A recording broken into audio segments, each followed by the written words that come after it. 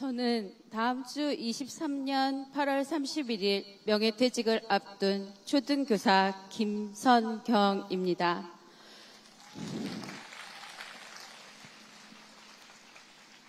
서울교대 97학번이고 2001년 발령을 받아 18년 6개월 동안 단 하루도 쉼없이 너무나 즐겁고 열정적으로 교직을 제 평생 직장으로 여기며 해왔습니다.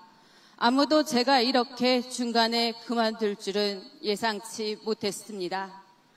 2018년 서울 한 초등학교에서 한 해 동안 학교폭력 접수 사건이 10건 이상 있었었고 관련 학생들의 학부모들은 변호사들까지 대동해서 학교폭력자치위원회에 참여하겠다고 했고 회의록을 공개해라. 중간에 이런저런 많은 상담 민원들을 받았습니다.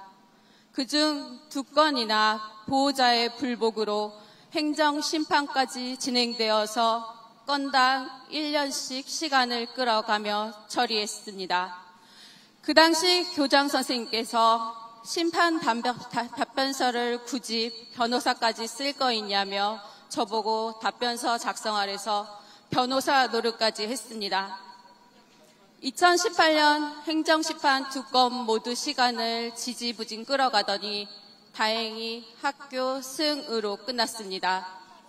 학폭위 결정이 행정심판으로 가면 절차상의 하자 문제로 뒤집어지는 경우들도 있다고 해서 학교 측에서는 여태까지 진행한 노력이 물거품이 되고 헛고생이 되는 건 아닌지 걱정했는데 너무 다행이라고 여기며 모든 게 끝난 줄 알고 저는 안심을 했습니다.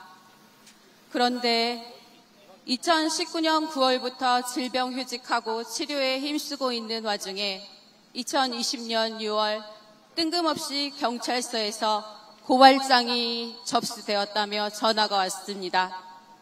2018년 행정심판에서 졌던 5학년 아이가 2020년 졸업한 뒤 그러니까 사건이 발생하고 약 2년이 지난 후 중학생이 되니까 담임도 아닌 단순 업무 담당자였던 저를 허위 공문서 작성과 허위 작성 공문서 행사로 고발했던 것입니다.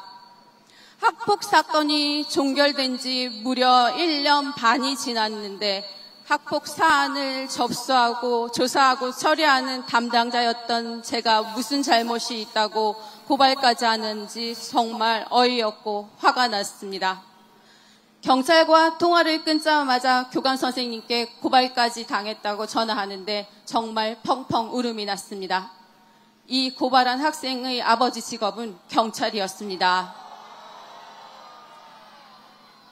같은 공무원 계통이라서 그런지 뭔가 더 배신당한 느낌이 들어 더 화가 났습니다. 그 후 바로 수백 장의 관련 자료를 뽑아 경찰서로 가지고 가서 조사받았고 조사 내용은 검찰까지 넘어가서 결과가 나오기까지 비를 말리는 시간이 흘러갔습니다. 3개월 뒤 결국 혐의 없음.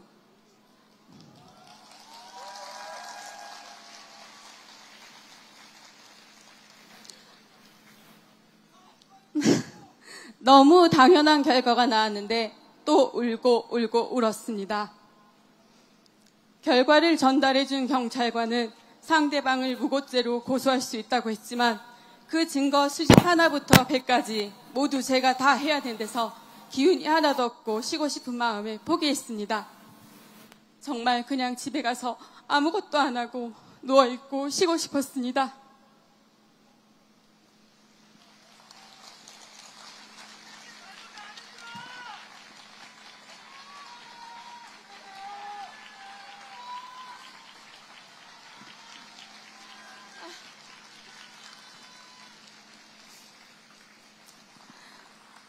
저는 1년 6개월 동안 생활안전부장의 여러 일 중 하나로 학교폭력 전담교사를 하다가 몸무게가 10kg 이상 급격히 빠지고 천정이 빙빙 돌 정도로 어지럼증이 생겼고 온몸에 각종 질병 20개 이상을 얻었습니다.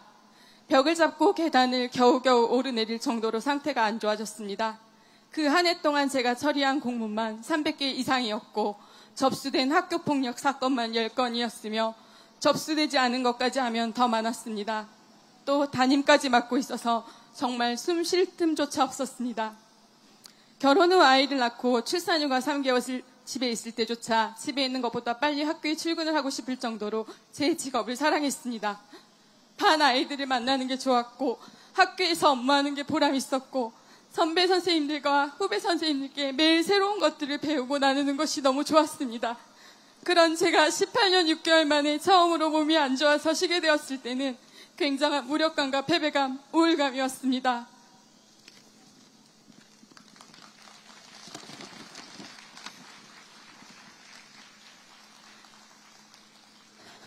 그 이후 4년째 각종 치료와 운동, 몸에 좋다는 온갖 것을 다 해봐도 여전히 심신회복을 못해 결국 명예퇴직을 선택한 현실 교사입니다.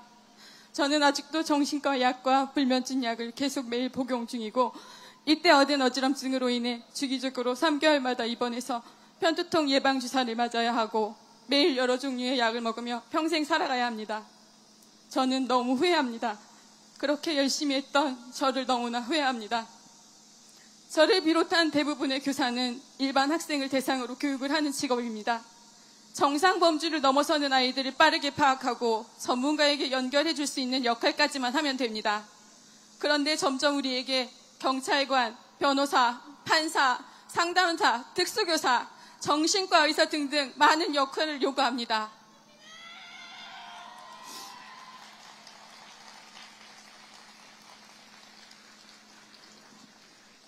큰 소리로 혼을 내면 정서학대, 아이들 교육하려 했던 말이 오히려 아이들에게 상처가 되는 말이 됐다면서 아동학대라고 신고를 당합니다. 우리는 아이들을 기본이 바로 된 인성과 교과 목표에 적합한 교육을 해야 하지만 손발이 꽁꽁 묶인 채 무한한 책임만 지워지고 보호자들의 감정의 쓰레기통이 되어 365일 24시간 일방적으로 짓밟히고 있습니다. 결국 그걸 견디지 못하고 서희초 선생님이 죽음을 택한 것이 너무나 안타깝습니다. 세상은 넓고 이 길 말고도 다른 길이 아주 많은데 꽃보다 예쁜 청춘을 누가 그리 내몰았을까요? 저출산을 걱정할 것이 아니라 이미 태어난 아이들이라도 스스로 죽음을 선택하지 않게 즐겁고 행복한 인생을 살 수 있는 환경을 앞으로 우리 어른들이 만들어 주었으면 합니다.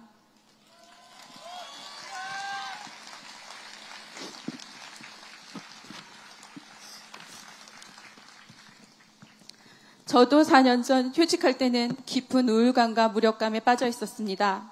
아무것도 하고 싶지 않았고 마냥 누워만 있었습니다. 정말 누구보다 밝고 명랑하고 열정적인 교사 김성경은 그때 죽었습니다. 심신은 이미 망가질 대로 망가졌고 한 번 망가진 심신은 그 어떤 약과 치료, 운동 노력에도 회복되지 못했습니다. 이런저런 휴직으로 4년이 흘렀지만 결국 저는 하루 8시간 근무할 체력을 회복하지 못해 교직을 떠나기로 마음먹고 명예퇴직을 선택했습니다. 저는 아직까지 몸 상태는 별로지만 이제 마음은 행복합니다. 행복하기로 결심했기 때문입니다. 교직에서 벗어나 저는 이제 자유롭게 살고자 합니다.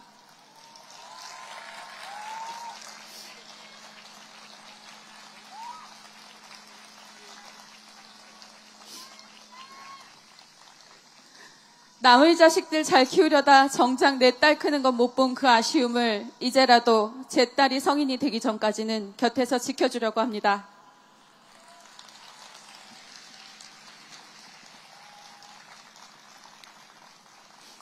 선생님, 교직에서 제가 가장 좋았던 것은 우리의 따뜻한 인간관계였습니다.